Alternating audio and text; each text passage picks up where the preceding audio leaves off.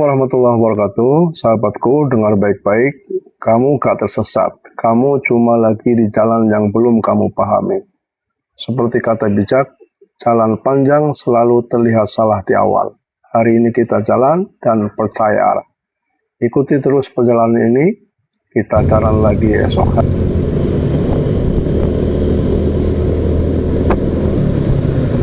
Kaisar Agung Seni Bela Diri Bab 2120-2121.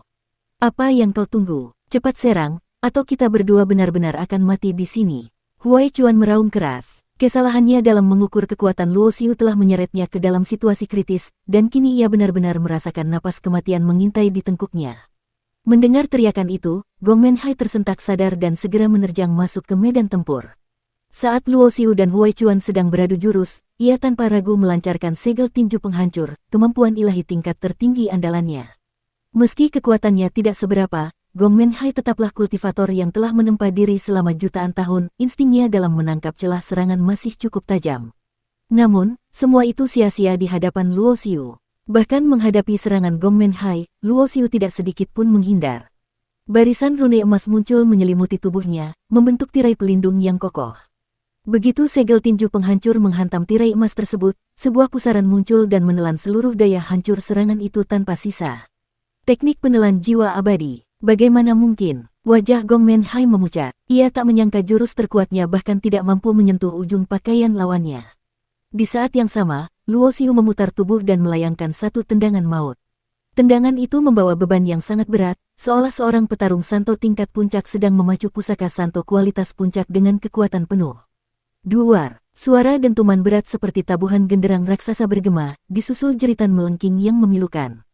Tubuh Gong Menhai terpental hebat. Meskipun ia sempat mengeluarkan pusaka pertahanan, benda itu hancur berkeping-keping dalam sekejap karena tak kuasa menahan daya hantam yang luar biasa. Saat tubuh Gong Menhai masih melayang di udara, kekuatan mengerikan dari tendangan Luo Xiu meledak di dalam organ tubuhnya. Blaar, tubuh Gong Menhai hancur menjadi kabut darah. Ia tewas seketika hanya dengan satu tendangan. Setelah raga fisiknya hancur, roh sejatinya mencoba melarikan diri.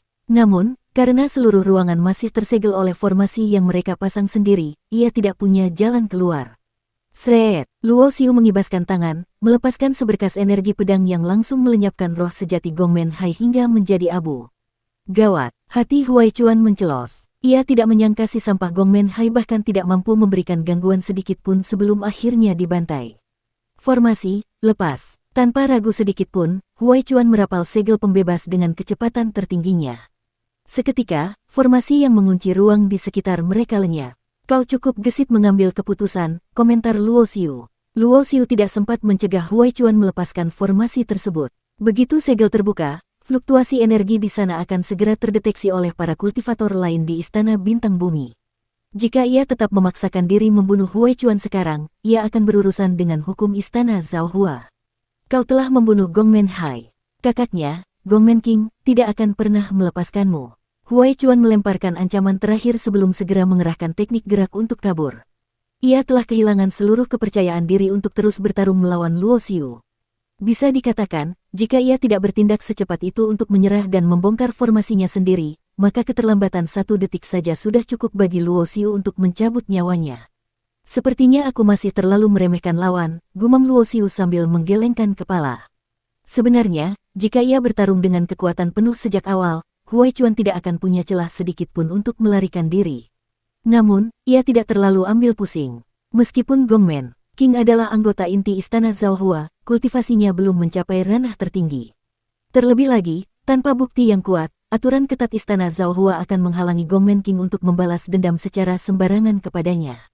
Beberapa saat kemudian, Luo Xiu kembali ke gedung perdagangan. Setelah menjual 8 butir pil kualitas unggul, ia membeli kembali sejumlah bahan dan melangkah keluar dengan membawa lebih dari 3 juta kristal kekacauan. Jika dihitung, hanya dalam beberapa puluh tahun, Luo Xiu telah meraup keuntungan 4 juta kristal kekacauan lebih dari hasil alkimia. Jumlah ini sudah sangat cukup untuk membayar biaya masuk sebesar 2,5 juta kristal kekacauan ke lantai 2 gua bintang bumi guna mendalami segel bintang bumi ke tingkat yang lebih tinggi. Luo Xiu berniat langsung menuju ke sana, mengingat kultivasinya baru saja menembus ke tahap menengah ranah santo, sehingga sulit untuk naik tingkat lagi dalam waktu dekat. Selain itu, Memahami segel tersebut juga akan membantu meningkatkan pemahaman daunnya. Jika ia bisa menyentuh rahasia aturan penciptaan dan kehancuran, teknik menempa tubuh menjadi senjata miliknya akan melompat ke tingkat tertinggi. Baru saja keluar dari gedung perdagangan, sesosok bayangan muncul di hadapannya. Itu adalah Yu Zhenghao. Luo Xiu yang sibuk memurnikan pil selama puluhan tahun baru kali ini melihatnya lagi. Ia menyadari kultivasi Yu Zhenghao kini sudah mencapai tahap akhir ranah santo, kecepatan yang cukup mengejutkan. Namun, raut wajah Yu Zhenghao saat ini tampak sangat muram. "Saudara Yu, ada apa?" tanya Luo Xiu. "Orang-orang kita dari istana Zhaohua terlibat bentrok dengan pihak dojo Dewa Terlarang. Beberapa anggota kita ditahan, dan mereka secara spesifik menyebut namamu agar kau datang ke sana," jawab Yu Zhenghao. "Menyebut namaku?" Mata Luo Xiu membelalak. "Bercanda ya. Sejak aku menginjakkan kaki di Istana Bintang Bumi, aku sama sekali belum pernah berurusan dengan orang-orang dari dojo Dewa Terlarang." Yu Zhenghao tersenyum pahit. "Kau salah. Ingat King Sang yang kau bunuh di arena duel. Dia adalah orang dari dojo Dewa Terlarang. Anggota Istana Zhaohua dan dua kekuatan besar lainnya memang sering beradu di arena itu. Tapi masalah kali ini berawal dari Pri Yunmeng yang kalah dalam debat Dao. Lawan mereka sangat sombong dan mengejek bahwa Istana Zhaohua tidak punya petarung berbakat, lalu Pri Yunmeng membawa-bawa namamu. Apa wanita itu bodoh? Kenapa dia menyeretku ke dalam masalah tanpa alasan?" Luo Xiu merasa frustrasi. "Lalu apa yang dikatakan wanita bodoh itu?" Yu Zhenghao tersenyum canggung. Ia membatin bahwa di seluruh jajaran anggota luar Istana Zhaohua, mungkin hanya Luo Xiu yang berani mengatai Pri Yunmeng sebagai wanita bodoh. Pri Yunmeng bilang bahwa di antara anggota luar Istana Zhaohua, kaulah yang terkuat dalam hal pemahaman kemampuan ilahi, dan lawan mereka bahkan tidak pantas untuk sekadar membawakan sepatumu, ujar Yu Zhenghao sambil mengangkat bahu. Wanita bodoh itu benar-benar ingin memancing keributan, ya. Luo Xiu merasa jengkel. Ia tidak mencari masalah, tapi masalah justru datang mengetuk pintunya karena ulah orang lain. Mau bagaimana lagi, nasi sudah jadi bubur. Sekarang mereka menahan Pri Yunmeng dan beberapa lainnya, menuntutmu muncul secara pribadi karena ingin melihat apakah kau benar-benar hebat seperti yang dikatakan. Sebenarnya, Luo Xiu sama sekali tidak ingin pergi. Namun, bagaimanapun juga, saat ini ia adalah bagian dari Istana Zhaohua. Meski hanya anggota luar, ia sudah menikmati berbagai fasilitas dan keuntungan dari faksi tersebut. Pimpin jalan. Setelah merenung sejenak, Luo Xiu memutuskan untuk pergi. Setidaknya, ia akan menyelesaikan urusan ini dengan cepat sebelum melanjutkan rencananya ke lantai 2 gua.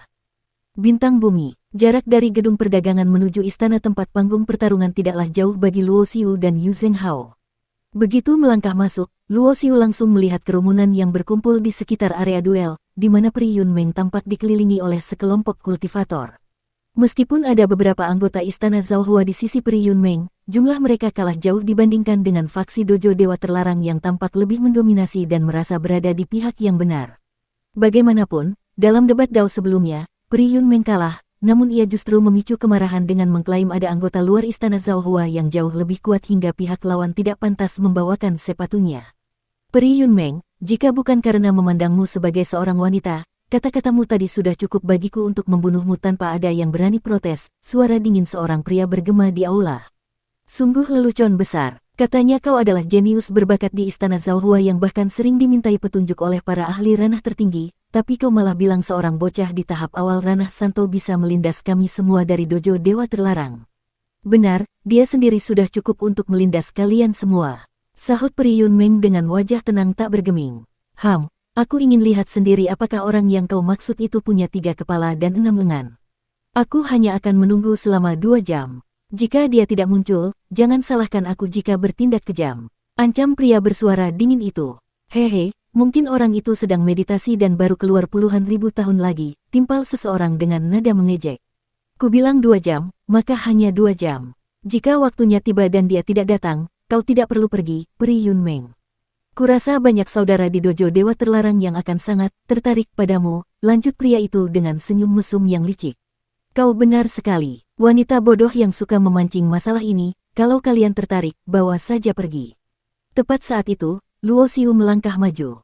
Suaranya yang tenang namun tajam menembus kebisingan dan masuk ke telinga setiap orang yang ada di sana. Seketika, semua pasang mata tertuju pada Luo Xiu. Begitu mereka melihat Yu Zhenghao di sampingnya, mereka langsung tahu bahwa inilah bantuan yang ditunggu-tunggu dari pihak Istana Zhaohua. Hanya seorang santo tahap menengah, beraninya kau angkat bicara di sini. Seorang kultivator dengan token dojo dewa terlarang mendengus meremehkan. Ia langsung menghantamkan telapak tangannya, menciptakan segel energi yang menderu ke arah Luo Xiu. Luo Xiu bahkan tidak berkedip. Teknik penelan jiwa abadi miliknya bekerja secara otomatis, rune emas membentuk pusaran yang menelan seluruh serangan lawan hingga lenyap tanpa sisa. Bersamaan dengan itu, tatapan Luo Xiu menghujam ke arah penyerangnya. Dari sepasang matanya, melesat dua berkas cahaya dewa berbentuk pedang yang terjalin dari elemen kekacauan dan kilat, merah pekat seperti darah dengan niat membunuh yang tak terbatas. Tebasan pembuka langit surah. Karena sudah sampai di sini, Luo Xiu memutuskan jika ia harus bergerak, maka ia harus memberikan efek jera yang nyata. Ia tidak ragu mengeluarkan esensi teknik yang setara dengan teknik tingkat Raja Leluhu. Aar, jeritan memilukan pecah. Kultivator dari dojo dewa terlarang itu sebenarnya berada di tahap akhir ranah Santo dengan kekuatan yang cukup lumayan, namun ia sama sekali tidak mampu menahan serangan Luo Xiu. Tubuhnya seketika tertembus, dan darah menyembur hebat. Mengingat ini adalah konflik antara dua faksi besar, Luo Xiu sengaja tidak langsung membunuh lawannya demi mencegah situasi semakin tak terkendali. Jika ia sampai memancing campur tangan ahli ranah tertinggi, urusannya akan menjadi sangat merepotkan. Berdasarkan pengamatannya, Luo Xiu memperkirakan para ahli ranah tertinggi yang berjaga di Istana Bintang Bumi ini jauh lebih kuat daripada ahli tertinggi biasa di dunia luar. Kemunculan Luo Xiu yang langsung memberikan hantaman telak ini sontak membuat semua orang di lokasi tersebut terbelalak terkejut. Apakah kau akan menggunakan momen keterkejutan mereka ini untuk langsung menegosiasikan pembebasan Peri Yunmeng, atau kau ingin menantang pemimpin mereka untuk menunjukkan siapa yang sebenarnya tidak pantas membawakan sepatu siapa? Itu dia. 100 tahun yang lalu, jenius dari dojo dewa terlarang, King Sang, tewas di panggung pertarungan di tangan orang ini. Jangan-jangan, orang yang dimaksud Peri Yunmeng adalah dia. Seketika, bisik-bisik memenuhi ruangan. Para kultivator dari dojo dewa terlarang menatap Luo Xiu dengan tatapan dingin yang menusuk, memusatkan seluruh perhatian mereka padanya. Kau brengsek, dada Peri Yunmeng naik turun menahan amarah. Kata-kata Luo Xiu barusan benar-benar keterlaluan, beraninya pria itu mengatainya wanita bodoh yang tidak punya otak, bahkan menyuruh orang-orang dojo dewa terlarang membawanya pergi. Dua kemampuan ilahi yang kau tunjukkan tadi lumayan. Sepertinya kau memang jenius yang dimaksud Peri Yunmeng, ucap pria bermuka dingin itu sambil menatap tajam ke arah Luo Xiu. Benar, itu aku, jawab Luo Xiu perlahan. Meskipun aku malas mencampuri urusan kalian, bagaimanapun aku adalah anggota Istana Zhao Hua. Apapun yang kalian inginkan, akan kulayani. Bagus, kudengar dari Peri Yunmeng, dalam hal penguasaan kemampuan ilahi, kau sendiri bisa melindas kami semua. Kalau begitu, apa kau berani menggunakan teknik pertahananmu tadi untuk menahan serangan terkuatku secara langsung? Tantang pria itu sambil menyipitkan mata. Untuk menentukan siapa yang lebih unggul dalam hal kemampuan ilahi, tentu saja mereka harus beradu secara langsung. Apa yang perlu ditakutkan? Jawab Luo Xiu datar. Ia mengibaskan tangannya, memberi isyarat agar Yu Zhenghao mundur menjauh. Kau punya nyali juga. Kalau begitu, terima ini. Pria bermuka dingin itu tidak banyak bicara lagi. Ia melangkah maju, auranya meledak hebat. Di belakang kepalanya muncul bayangan bintang ungu, bermanifestasi menjadi 13 baris segel dewa bintang bumi. Wuung, detik berikutnya, kekuatan dari 13 segel bintang bumi itu diaktifkan. Dengan tambahan kekuatan dahsyat tersebut, pria itu melancarkan serangan pemungkas. Gelombang energi dewa yang mengerikan menyapu dan menelan posisi Luo Xiu dalam sekejap. Menghadapi serangan yang begitu masif, Luo Xiu benar-benar tidak menghindar sedikit pun. Ia berdiri tegak di tempatnya, membiarkan teknik penelan jiwa abadi menyelimuti tubuhnya sebagai pelindung. Kemampuan ilahi yang dikerahkan pria itu cukup hebat. Menurut perkiraan Luo Xiu, teknik itu setidaknya berada di puncak kemampuan ilahi tertinggi tingkat menengah. Jika tingkatan penguasaan sebuah teknik dibagi menjadi pemula, menengah, ahli, dan paripurna, di mana semakin tinggi tingkatannya semakin besar daya hancurnya, maka penguasaan pria ini terhadap teknik tertinggi tersebut sudah mencapai tingkat ahli yang mendekati paripurna. Mengingat ia masih berada di ranah Santo, pencapaian tersebut menunjukkan bakat dan pemahaman yang sangat luar biasa. Sayangnya, jika dibandingkan dengan Luo Xiu, segala hal yang dibanggakan oleh pria bermuka dingin itu menjadi tidak berarti. Gelombang energi dahsyat itu perlahan melemah di bawah proses penetralan teknik penelan jiwa abadi. Hanya dalam waktu singkat, seluruh daya hancur dari serangan tersebut telah ditelan dan ditiadakan sepenuhnya. Sosok Luo Xiu tetap berdiri kokoh di posisi semula, tak bergeming sedikit pun. Perbedaan kekuatan di antara mereka kini terlihat sangat nyata. Sepertinya kau baru saja membungkam seluruh ruangan dengan pertahananmu yang mutlak itu. Apakah kau akan membiarkan mereka pergi sekarang? Atau kau merasa perlu memberikan pelajaran tambahan kepada pria bermuka dingin yang sudah meremehkanmu ini?